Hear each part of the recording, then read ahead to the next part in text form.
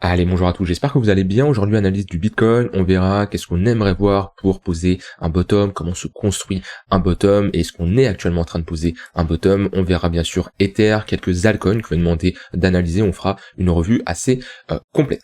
Alors, Bitcoin, bon, on est toujours dans une dynamique qui est baissière, on voit que les tentatives de hausse sont rapidement repoussées, hein. Je fais pas la méthode de la veille, hein, on en a déjà parlé dans les précédentes journées, mais on a break ce niveau des 92 000 $. Pour le moment, on est un peu dans, j'ai envie de dire, une terre inconnue, hein, quand je l'appelle comme ça, c'est que dans cette zone-là, c'est compliqué de prendre des décisions. Pourquoi ? Parce qu'on n'est pas spécialement sur un niveau de support. Les deux niveaux de support que j'aimerais voir, c'est soit les 72 000 $, soit une réintégration du niveau des 91 000 $. Quelque chose tout simplement comme ça. Donc voilà, ça c'est le plan actuel. Maintenant, ce plan, je le travaille. Quand je dis je le travaille, c'est surtout je patiente, hein, parce qu'il n'y a pas grand-chose à faire, et je travaille surtout sur l'intraday, sur du swing, des positions vendeuses, qu'on a comme ça une dynamique qui est baissière. Maintenant, il y a quelque chose qui me fait un peu pas hésiter, mais qui me chagrine un peu, j'ai envie de dire, c'est que ce niveau des 72 000 $, il y a énormément de monde qui en parle. C'est un niveau flagrant, hein, entre ce précédent sommet, entre les 0,382 de Fibonacci et j'en passe, c'est un niveau vraiment flagrant.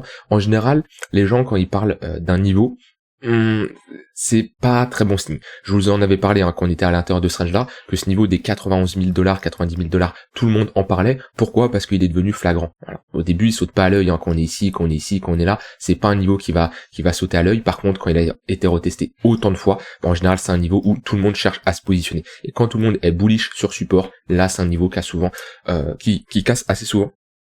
Donc, ce qui m'invite à réfléchir sur ce niveau des 72 000 $, parce que quand on a comme ça un niveau clé que tout le monde parle, il y a pas 36 000 solutions, c'est soit on pose un bottom juste au-dessus, voilà, quelque chose comme ça à 75 000, 76 000, mais pas dessus, soit on le transperce. On fait une petite frayeur, une petite tentative ici de rejet, et on le transperce, et on va un plus bas.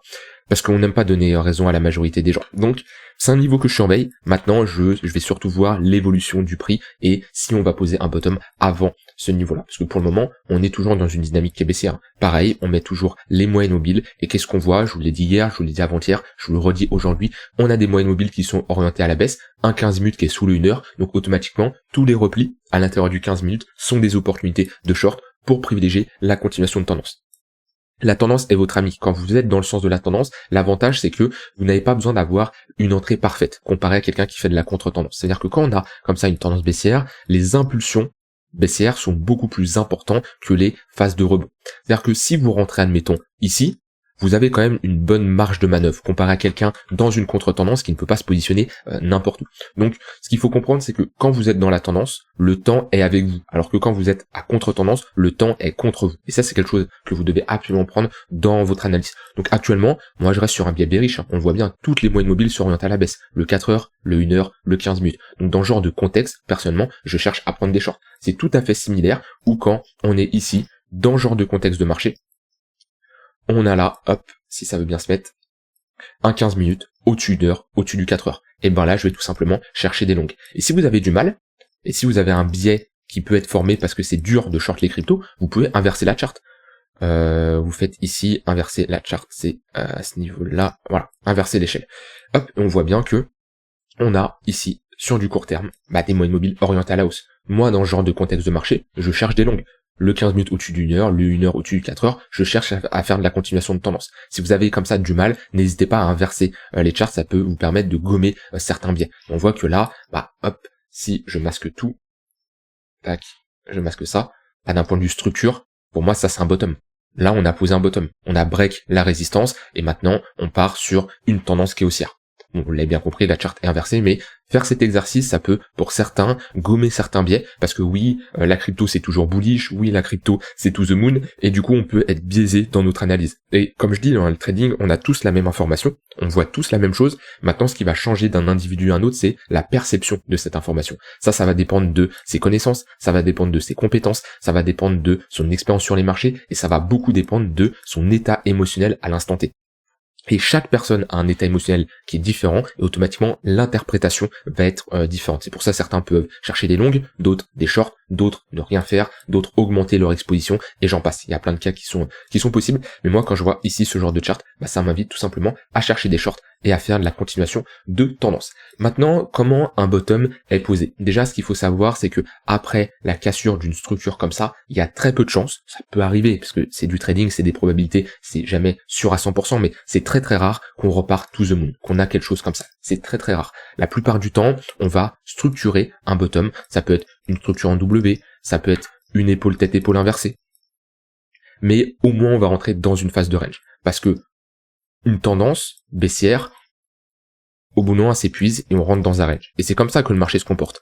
Il se comporte tendance, hop, range, tendance, range, tendance, range, tendance. Et quand je dis, c'est pas obligé qu'après un range, on repart directement en tendance haussière. Mais souvent, tendance, range, on peut très bien faire tendance à nouveau, range, on peut refaire tendance, mais vous voyez, tendance haussière ou baissière, mais souvent on passe comme ça, par ces phases de latéralisation.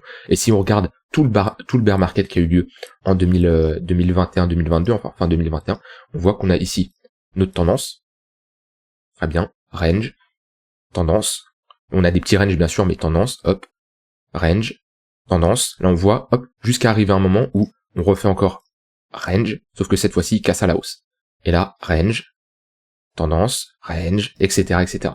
Donc, ce qu'il faut comprendre, c'est que il y a très peu de chances que le bottom, il se pose comme ça, et d'un coup, on repart to the moon. Surtout que si on repart de cette manière-là, en général, c'est très rare qu'on repart en V-bottom. On reteste souvent ce V-bottom pour le transformer en W. Si je prends par exemple le bottom qui a eu lieu en mai 2021, enfin juin-juillet 2021, on voit que on a une première vague baissière, on a eu un creux, ce creux a été retesté plusieurs fois, voilà, on voit que on a ici une structure qui se forme. Ici on a un V-bottom, on le retransforme en W. Ici on a une première baisse, une impulsion, et on retransforme ce V-bottom pour le transformer en W. Ça soit même pendant le crash FTX, on voit que, voilà, je me mets plutôt en weekly ici. Bon, je voulais pas tomber sur cette structure en W, mais on voit ici on a une baisse, une impulsion, et on revient travailler ce bottom pour ne pas avoir un V-bottom, pour avoir tout simplement une structure en W. Hop, on le voit bien ici, pareil, un V-bottom, on part, on le reteste pour le transformer en W. Donc très souvent, je dis pas tout le temps, mais assez souvent, quand on a comme ça des baisses, on va structurer une pattern de retournement. Et c'est ça qu'il va falloir surveiller. Pour le moment, la pattern de retournement, elle est pas prête d'arriver parce que peut-être qu'on va range à partir de maintenant, mais pour le moment, il n'y a aucune pattern de retournement qui est en vue. On a des moyennes mobiles qui s'orientent à la baisse et on n'a pas entamé de range. Peut-être que le range, il va se faire ici. Peut-être qu'il va se faire plus bas, ça je peux pas l'anticiper. Mon but c'est au moment où cette pattern de retournement, cette réaction acheteuse, cette résolution du range à la hausse, c'est là moi ça va m'intéresser. Mais je ne sais pas où elle va se produire. Par contre je vais être très attentif de là où elle va se produire, et en fonction de là où elle va se produire, j'aurai beaucoup plus de conviction à rentrer en position. Si on fait ça sur un niveau de support, si on fait ça sur des niveaux pertinents, c'est beaucoup plus intéressant que faire une structure de retournement n'importe où, là où j'ai pas spécialement de conviction. Puis après il y a le contexte de marché, à quel moment elle va se faire, comment sera le marché à ce moment-là, voilà, ça c'est des questions qu'il faut se poser, qui fait partie de votre stratégie de trading, et automatiquement notre curseur d'exposition va dépendre de tous ces paramètres-là. Maintenant, ouais, comme je dis, une structure de retournement, on aura le temps de la voir. Déjà pour le moment, voilà, moyenne mobile orientée à la baisse, qu'on commence à proposer une structure de retournement, et ben on a un affaiblissement du 15 minutes, c'est-à-dire le 15 minutes n'est plus vertical mais il commence à être plat, le 1 heure pareil, il commence à être plat, on a une faible volatilité, ou au moins on est en train de break les moyennes mobiles. Si pareil, je reprends comment ça s'est fait, crash de FTX, on voit bien, grosse baisse, hop, grosse baisse, on voit hop, des moyennes mobiles bien orientées à la baisse, et on écrase la volatilité, on commence à rentrer dans une phase de latéralisation, on a un 1 heure qui est plat, un 4 heures qui est plat, et là on break. Ça c'est ce qu'on veut voir. Pour le moment, c'est beaucoup trop tôt pour parler de bottom. C'est comme si, voilà, on avait eu ces deux phases de baisse là, ces deux impulsions baissières, et à ce niveau-là on parle de bottom. Alors, la personne qui me parle de bottom, au final, elle a raison. Sauf que il y a aucun signe qui nous montre qu'il y a un bottom. On est clairement sur un couteau qui tombe. Ici, on est sur un gros rejet, une grosse chute. Il y a rien qui nous l'affirme. Le bottom, il est confirmé qu'on commence à sortir de cette phase de latéralisation. Donc ça, c'est ce que je vais surveiller, c'est ce qu'on va surveiller ensemble. Bien sûr, on ne sait pas à quel moment il va se produire, et c'est pour ça, moi, je ne rentre pas en position pour le moment sur le BTC tant que j'ai pas un début de bottom qui se pose, ou alors une capitulation, ou alors vraiment si on revient chercher des niveaux beaucoup plus bas, je pourrais être beaucoup plus agressif dans mes entrées, mais pour le moment c'est pas le cas. Je préfère de mon côté patienter.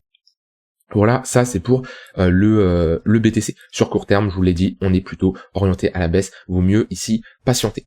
Patienter. Vaut mieux ici chercher des shorts dans le sens de la tendance initiale, c'est-à-dire dans une tendance baissière. Là où il faut patienter, c'est dans ce genre de contexte où on vient de break un niveau de support.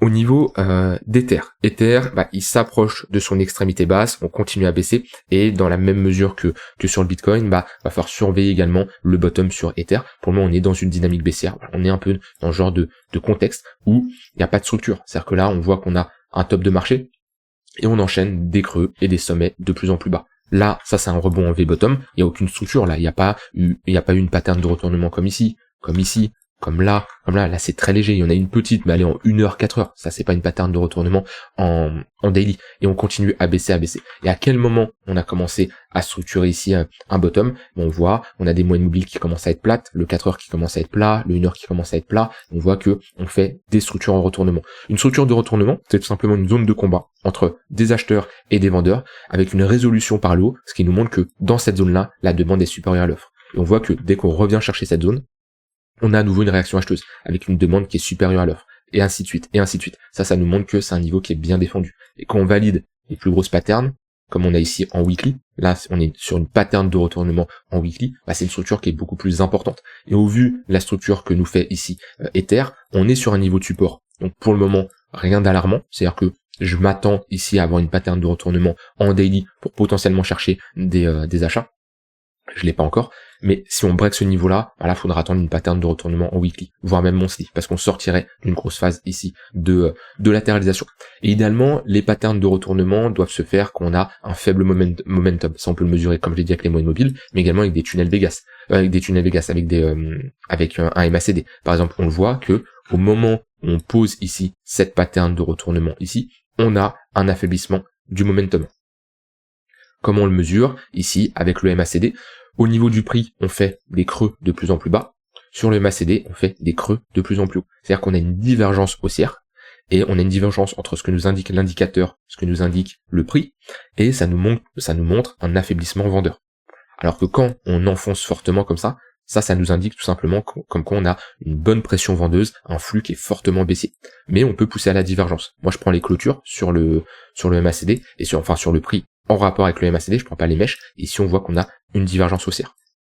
Pourquoi? Parce qu'on fait un creux plus bas, sur le MACD on fait un creux plus haut. Alors là j'utilise un MACD, il y en a qui n'utilisent pas du tout cet indicateur, ils préfèrent le RSI. Pas de souci, on peut mettre ici un RSI. Hop, en plus il nous indique les divergences, on voit bien que là, voilà, divergence haussière, divergence baissière, des divergences haussières assez flagrantes comme ça. Hop, on le voit bien, sur l'indicateur, on fait un creux plus haut, sur le cours, on fait un creux plus bas. Ça nous indique tout simplement un affaiblissement vendeur. Voilà comment on peut repérer tout simplement des signaux de bottom. Les 3 points les plus importants, c'est déterminer des niveaux intéressants de bottom, une zone de localisation, des moyennes mobiles, un point pivot, ça peut être un gros niveau de support, avoir un affaiblissement vendeur, ça va être tout simplement faire des impulsions baissières beaucoup moins importantes, et avoir une pattern qui nous montre comme quoi on a une réaction acheteuse, avoir un range qui est résolu par le haut, une structure de retournement, et voilà, okay, certains vont avoir des ravalements haussiers, ça c'est propre à chacun. Et sinon, sur Ether, pareil, exactement comme Bitcoin, on est toujours dans une dynamique qui est baissière, 15 minutes orientée à la baisse, 5 minutes en dessous de 15 minutes également orientée à la baisse, le 1 heure également. Donc voilà, dans ce genre de contexte, vaut mieux chercher des shorts. À chaque fois qu'on a des replis dans le tunnel 15 minutes, on cherche des shorts pour accompagner ce mouvement. Si on commence à perdre le 15 minutes, bien sûr, on aura dans ce cas-là de grandes chances de revenir chercher le 1 heure. C'est pas pour ça que je vais chercher des longues entre ces deux niveaux-là, parce que la tendance principale courte, moyen, long terme est baissière. Donc personnellement, je ne vais pas faire de la contre-tendance, et idéalement, moi quand je trade la tendance, je peux avoir une convergence des moyennes mobiles. C'est-à-dire que je vais avoir mon 4 heures, je vais avoir mon 1 heure, je vais avoir mon 15 minutes.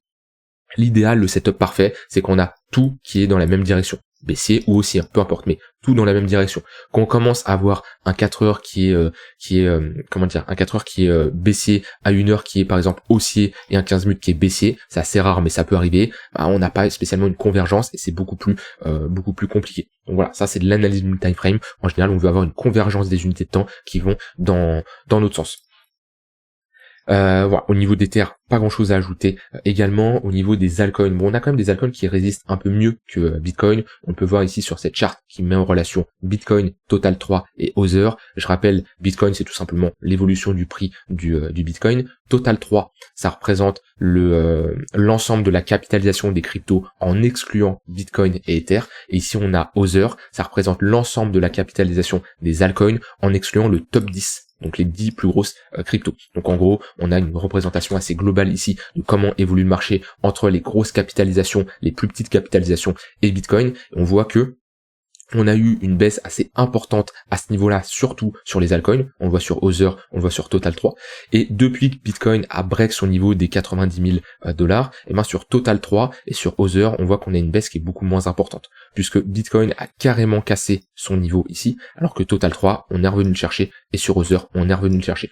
Donc on a quand même une résilience des altcoins face au Bitcoin. Après, j'ai envie de dire, ils ont tellement pris cher ces dernières semaines, ces derniers mois, que c'est assez normal. Et ça, on peut le voir également au niveau de la Bitcoin dominance.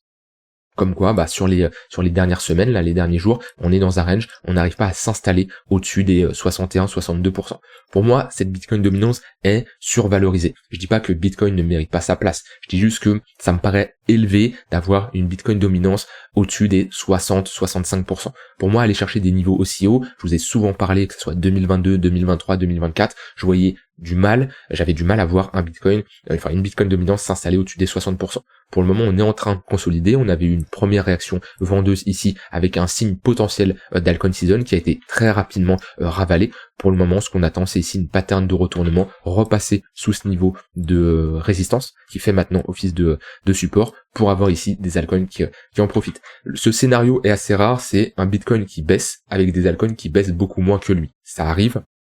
Je l'ai très rarement connu, moi, de mon côté. La plupart du temps, quand Bitcoin chute, les altcoins, ils se font, déchirer de leur côté. Alors, on m'a demandé d'analyser quelques altcoins, on m'a demandé Solana. Solana, ça fait plusieurs jours que j'en parle, plusieurs semaines, c'est une altcoin qui est faible. C'est une altcoin qui est faible à partir de quand? À partir du moment où on a réintégré son niveau des 160-70 $. Déjà, le fait d'être repassé sous ce niveau-là, c'était vraiment pas bon. Et surtout, je l'ai vu à partir du moment où on avait des altcoins qui performaient et Solana qui ne performait pas. Ou alors Solana qui prenait beaucoup plus cher pendant les baisses que les autres cryptos. Et c'est là où je vous ai averti, je vous ai dit, attention, Solana, on est clairement sur une crypto qui devient faible. Elle a été chercher son extension qu'on a déterminée. Il y avait 2 extensions à aller chercher sur Solana. Après, le problème, c'est qu'on n'a pas fait un nouvel ATH. On peut voir ici un nouvel ATH, mais on n'a pas eu de l'acceptation. Donc, la target plutôt long terme entre les 415 et les 500 $, c'est une target qu'on atteindra peut-être plus tard. Mais pour le moment, c'est pas d'actualité. Vu qu'on a fait, oui, un nouvel ATH, mais pas en clôture. On n'a pas eu de l'acceptation au-dessus de ce niveau-là. Par contre, la deuxième target qu'on avait déterminée, qui est simplement la zone de prise de profit théorique de cette sortie du range, on voit qu'on est bien sorti au-dessus des 200 $, ça nous donne une target entre les 272 et les 310 $, on voit qu'on a parfaitement méché à l'intérieur. Maintenant, typique réintégration d'un range, en général, on a de grandes chances de retourner chercher l'extrémité opposée, donc un Solana qui retourne chercher les 120 $, moi de mon côté, ça ne me surprendrait pas. Côté investissement long terme, si je devais me positionner sur Solana, Fibo, point le plus bas, point le plus haut. On a perdu les 0,382. Quand on perd les 0,382, pareil, en général assez classique, revenir chercher les 0,118 de Fibonacci. Donc clairement, d'un point de vue investissement long terme, la zone idéale, elle est ici. Voilà. Si on doit se positionner sur du long terme, sur Solana, ça c'est une bonne zone d'investissement. Et c'est ce que je vous recommande à chaque fois. Positionnez-vous sur des zones de rechargement. Quand on a une charte qui est aussi verticale, vous prenez votre Fibo, point le plus bas, point le plus haut, vous regardez où est vos zones de rechargement. Sur Bitcoin, Ether et les grosses capitalisations, la zone entre les 0,118 et 0,786 est intéressante. Par contre, sur les altcoins, je vous recommande d'aller chercher des niveaux beaucoup plus bas, notamment les 0,886. Donc moi, si je devais me positionner sur Sol, ça serait, comme je l'ai dit, dans cette zone-là, elle est très pertinente, la zone des 120 $. Idéalement, on veut voir la zone des 120 $, parce que si on commence à réintégrer ce niveau-là, c'est vrai qu'on casserait une grosse structure sur Solana, et on aurait de grandes chances de revenir chercher, dans ce cas-là, les 60, 80, entre les 70 et les 80 $. Solana, on m'a demandé également une analyse de Hyperliquid. Alors, est-ce que je vais avoir une charte globale? Ok, parfait.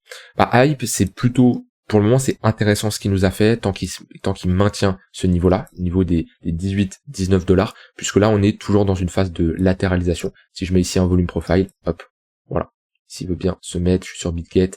Alors globalement, on est quand même sorti de la value area, mais on est sur un bad range. Donc idéalement, on veut voir l'installation au-dessus de ce niveau-là, parce que pour le moment, tant qu'on rejette, on peut partir du principe qu'on est sorti de ce range-là. Maintenant, moi, ce que j'aime bien, c'est ici, on a eu une grosse prise de liquidité de tous les creux qui étaient ici, à ce niveau-là, pas mal de prises de liquidité.